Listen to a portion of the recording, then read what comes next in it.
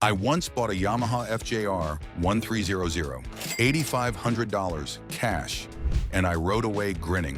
1 month later, 250 miles into the road trip I had planned all year, I was standing on the interstate shoulder with a front end that felt hinged in the middle, worn steering head bearings. The kind of thing a dealer always knows is there, because you feel it every time you roll the bike off the stand.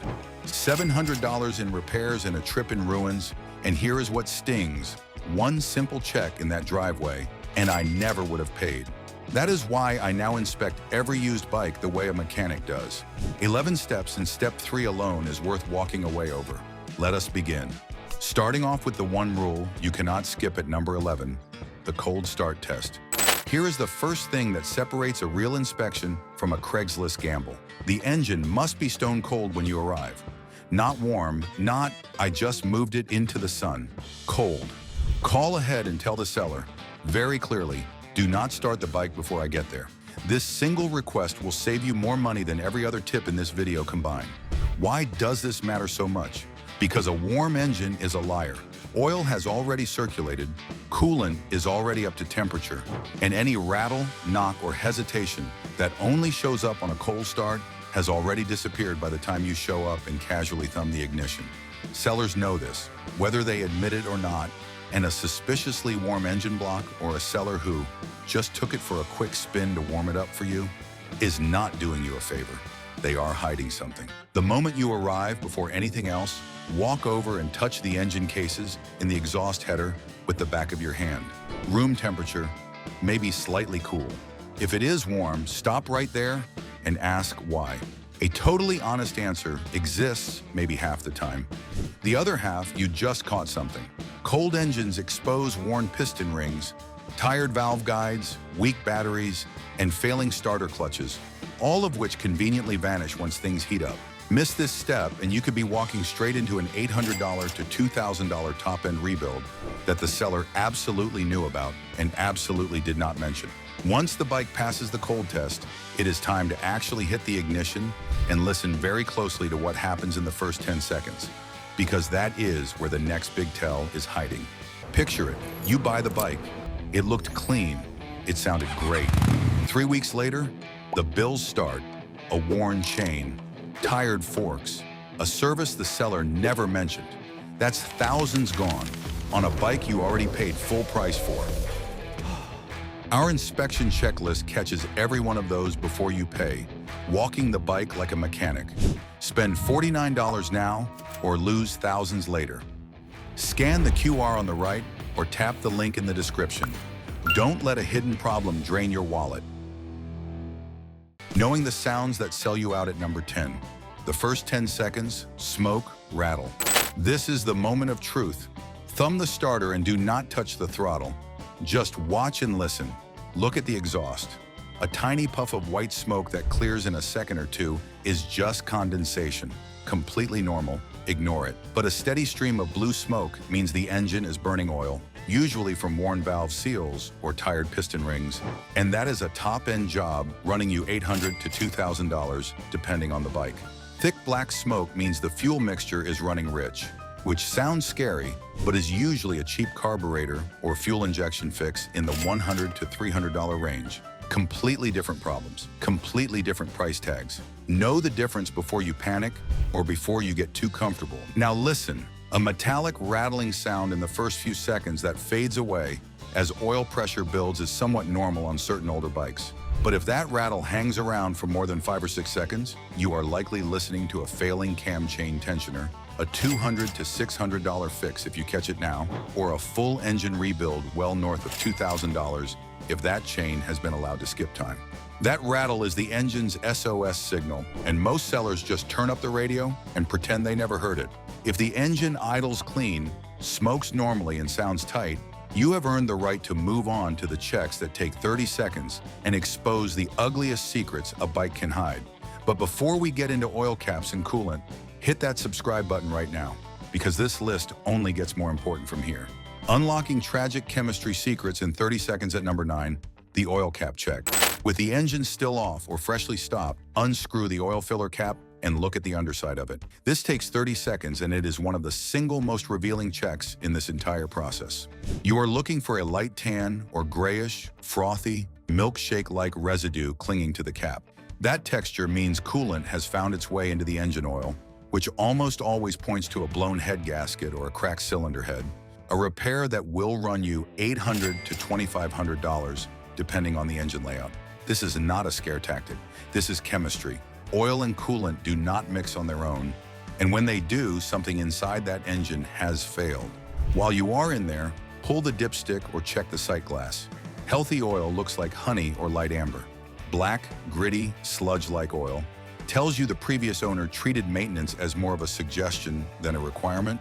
And while that alone is not a deal breaker, it is a giant red flag about how the rest of the bike has been treated.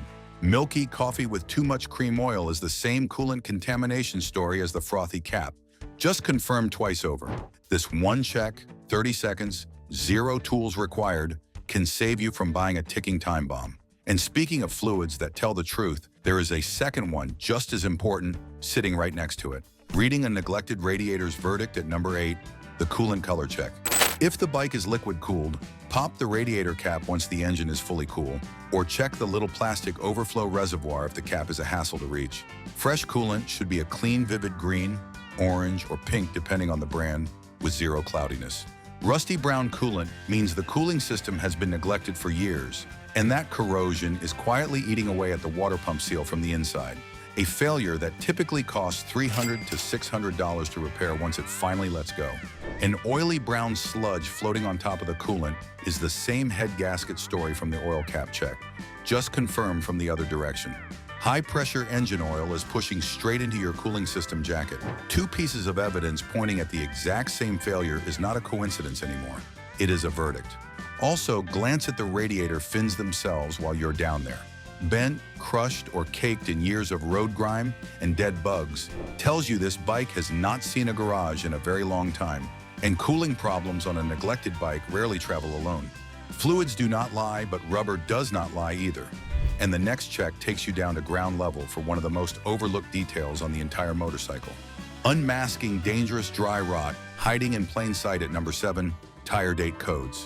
Flip your attention to the tires, and specifically to a tiny stamped code most buyers have never even heard of. Somewhere on the sidewall you will find a 4-digit date code, something like 2319, meaning that tire was manufactured in the 23rd week of the year 2019. This code exists whether the tire has 50 miles on it or 5,000. Here is the part that surprises people. Tire rubber degrades with age, even if the tread looks perfect. A tire older than 5 or 6 years can develop dry rot, tiny sidewall cracks, and a genuinely dangerous loss of grip, especially in the rain, regardless of how much tread remains. A barely ridden bike sitting in a garage for 8 years can have tires that look brand new and behave like a bar of soap the moment you lean it over. Replacing a full set typically runs $300 to $600, so factor that straight into your offer if the codes are old. While you are down there, run your palm across the tread. Cupping, scalloping, or uneven wear patterns are not just a tire problem. They are often a suspension or alignment problem, wearing its symptoms right there on the rubber for anyone who bothers to look.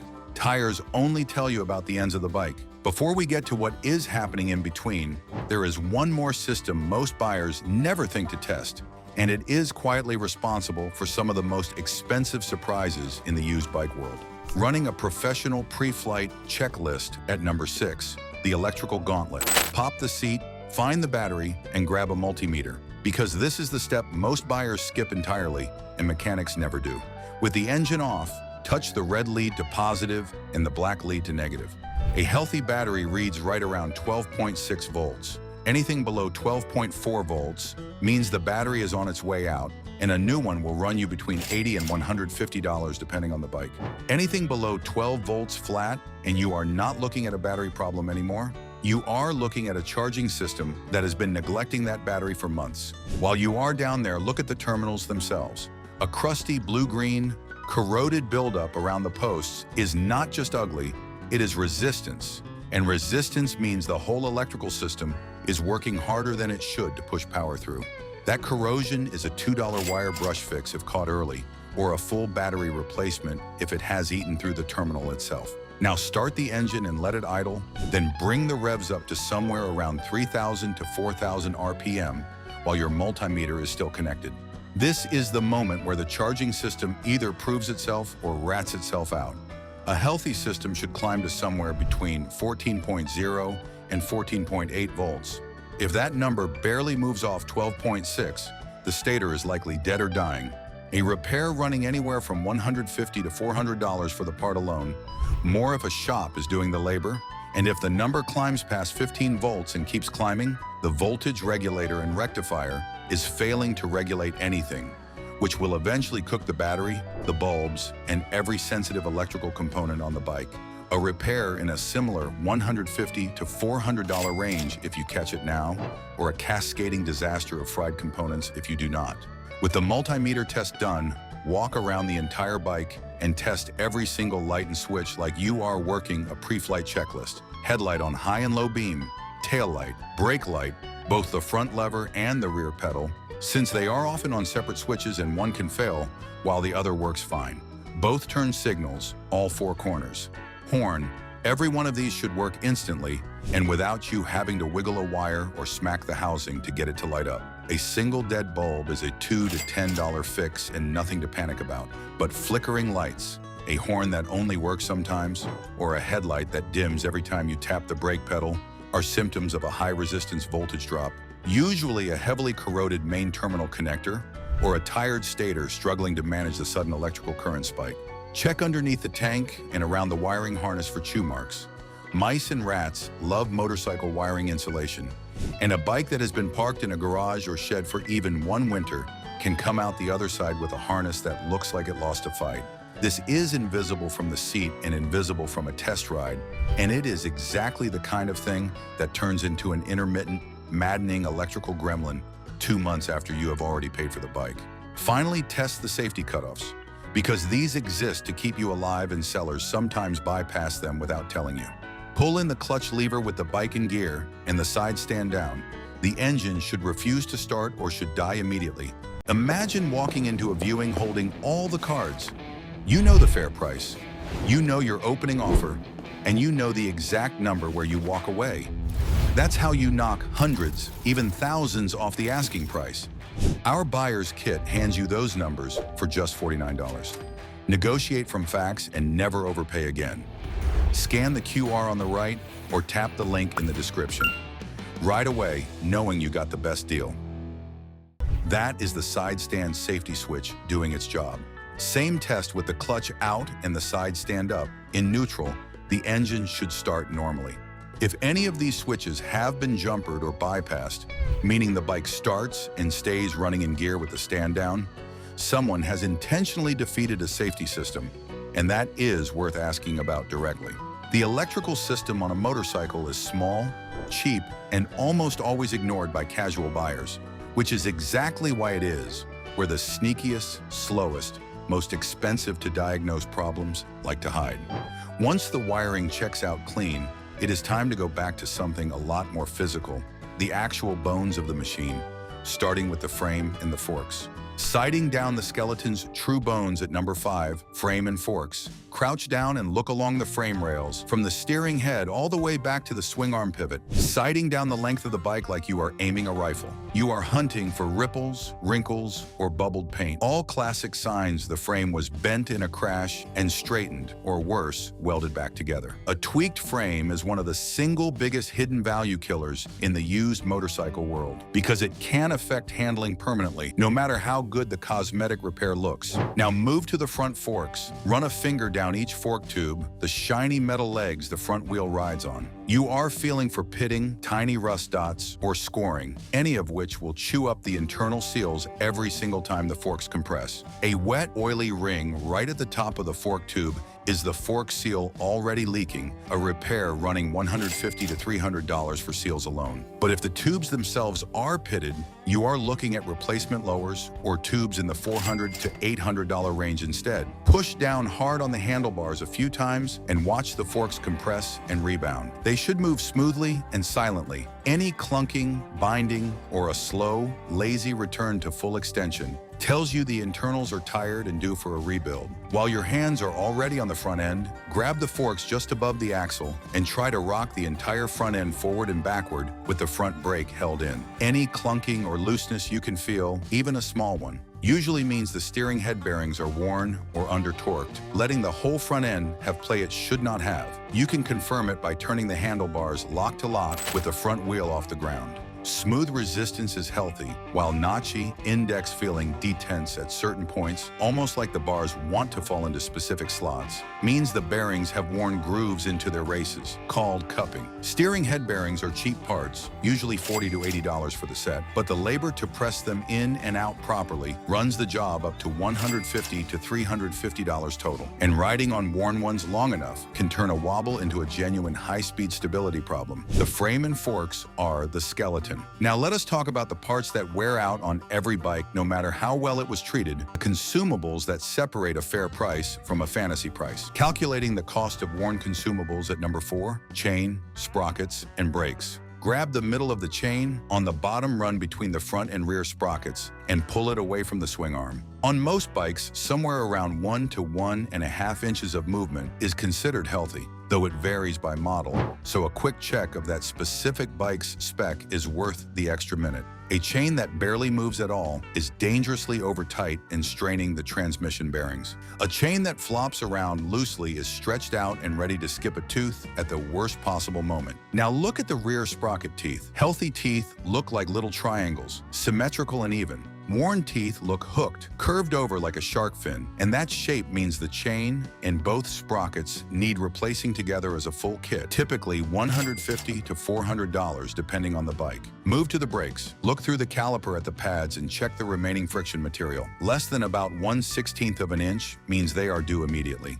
Then run a finger across the brake rotor itself. It should feel smooth. Grooves, deep scoring, or a bluish discoloration from overheating means the rotor is warped or damaged and needs replacing, typically $100 to $250 per rotor. One more brake check while you are down there. Look straight through the clear inspection window on the side of the front brake fluid reservoir on the handlebar and look at the color. Fresh brake fluid is clear to light straw-colored. Dark brown or black fluid means it has absorbed moisture and contaminants over the years, which lowers its boiling point and can lead to a spongy or fading lever. Feel exactly when you need the brakes most, especially after a long downhill run. A full flush is cheap insurance, typically $40 to $80 at a shop, but if the fluid has not been touched in years alongside worn pads and a scored rotor, that is one more sign this bike has been running on borrowed time. None of these are deal breakers on their own. They are simply wear items every bike eventually needs, but how many of them are worn at once tells you everything about how this specific motorcycle has been maintained. And that brings us to the moment where good information turns into an actual decision.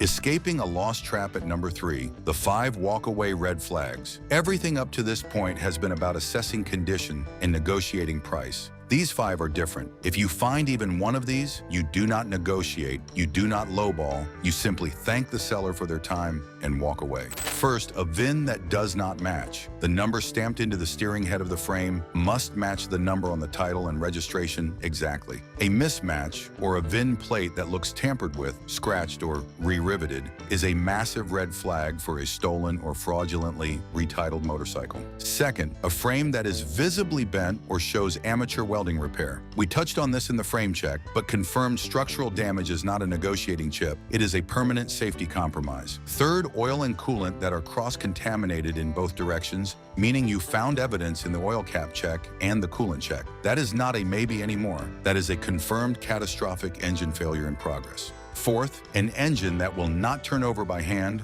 or kickstart at all, meaning it is fully seized. There is no 30-second fix for a seized motor. Fifth, an undisclosed salvage or rebuilt title. If you ask directly about title status and the seller hesitates, dodges, or you discover it yourself on a title check, that hesitation tells you they were hoping you would not ask. Find any one of these, and this bike is not a project, it is a trap. Now, before we jump into the test ride, the final and most revealing phase of this entire inspection, here is something worth 20 seconds of your time. If everything up to this point sounds like a lot to remember standing in a stranger's driveway, That is exactly why we built the Iron Pulse Smart Used Motorcycle Buyer's Kit. It is this entire process, cold start through walkaway flags, turned into a printable checklist you can literally hold in your hand while you inspect, plus a fair price calculator that tells you what a bike like this should actually cost based on its condition. It is $49 one time, and it will save you far more than that on your very first purchase. Scan the QR code on your screen right now, or tap the pinned comment below, and grab it before your next driveway visit. Now back to the checklist, because there is one phase left that only reveals itself once the bike is actually moving, forcing a moving machine to confess at number 2, the test ride. Everything before this point was static. Now we move. Get the engine fully warmed up, then run through the gears carefully and deliberately, because a warm engine behaves completely differently from a cold one, and that difference is exactly what you are hunting for. Shift through every gear, listening and feeling for false neutrals, moments where the transmission seems to slip between gears without properly engaging. That, combined with a clutch lever that grabs high, low, or inconsistently, points to worn clutch plates or transmission wear. A repair that can run $300 to $1,000 depending on how deep the damage goes. Once you are back at a stop, put the bike on its center stand or have a friend hold it upright. Then grab the front wheel at the top and bottom and rock it firmly side to side. Any clunk or play means worn wheel bearings, a relatively cheap fix at $50 to $150 per bearing, but one that gets far more expensive if ignored and allowed to damage the hub itself. Finally, find a rough patch of road and pay close attention to the suspension. It should soak up bumps smoothly and silently. Clunking over bumps, a harsh, unfiltered ride, or fresh oil residue weeping from the fork seals.